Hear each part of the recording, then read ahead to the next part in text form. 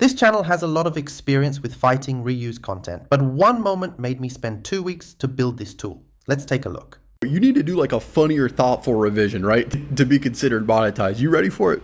Me casually freezing a bubble. So this channel has real experience getting hit and getting reinstated with reused content. So here's what you're going to want to do.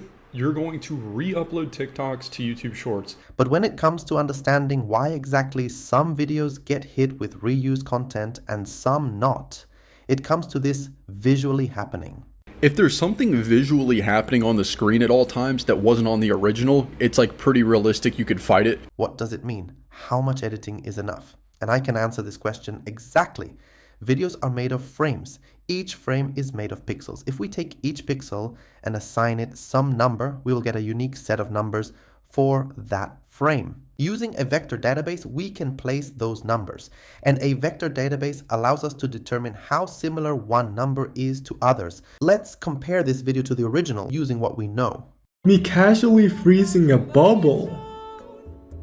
This footage is considered pretty unique compared to the original video or that bubble freezing because there is a lot of visually happening. Similar frames will be very close to each other. This is the footage of one of my clients that was hit with reused content.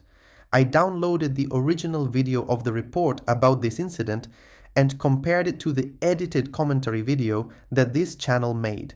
And some similarities were above 90%. Pretty much just a re-upload of some TV channel footage. So if we want to make our edit more unique, we need different pixels.